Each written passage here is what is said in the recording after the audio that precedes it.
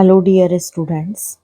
आज मैं आपके सामने अगला जो जगत है, पांच जगत वर्गीकरण में पादप जगत, उसकी वीडियो लेके आई हूँ। पादप जगत मतलब ऐसा जगत जिसमें सभी प्रकार के पौधों को रखा गया है।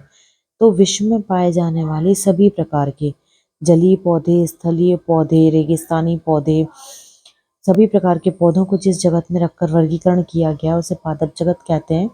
पादप जगत को सबसे पहले दो भागों में विभाजित किया गया है, अपुष्पीय पादप और पुष्पीय पादप। अपुष्पीय पादप मतलब ऐसा पादप जगत, ऐसा जगत जिसमें पौधे तो होते हैं पर पौधों में पुष्प नहीं होते। और पुष्पीय पादप में ऐसे पौधे जिनमें पुष्प पाया जाता है, मतलब अपने जीवन काल में ये पुष्प पाए जाते हैं, चाहे वो एक बार हो, दो बार हो, लगातार हो, पर उनमें पुष्प पाए जाएंगे। अपुष्पीय पादप को तीन भागों में विभाजित किया गया है, थैलोफाइटा, ब्रायोफाइटा, टेरिडोफाइटा।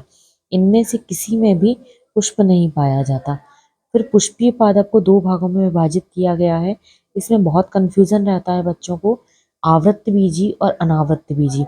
आवृत्त बीजी मतलब बीज के ऊपर जिसमें कवर पाया जाए वो कहलाएगा आवृत्त बीजी। आवृत मतलब आवरण और बीजी मतलब बीज। और अनावृत्त बीजी मतलब ऐसा बीज जिसके ऊपर आवरण नहीं पाया जा रहा है, केवल बीज है, तो ये अनावृत्त बीजी होता है।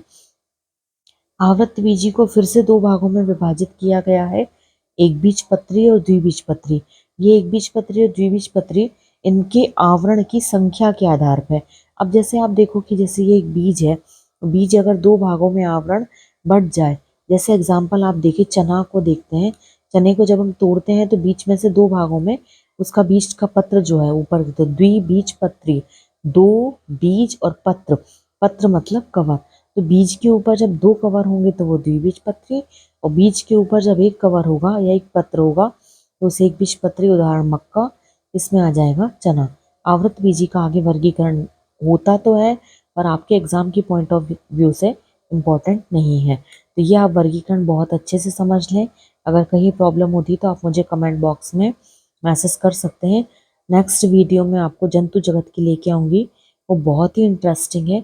उसके बाद हम कवर करेंगे पूरी यूनिट का जो मोस्ट इम्पॉर्टेंट पोर्शन है, उनके क्वेश्चंस मैं आपको प्रोवाइड करूंगी जो आपके क्वार्टरली एग्जाम में तो आया होगा, मतलब हाफ ईयरली एग्जाम में, अर्धवार्षिक परीक्षा में बहुत इंपॉर्टेंट होगा। Thank you.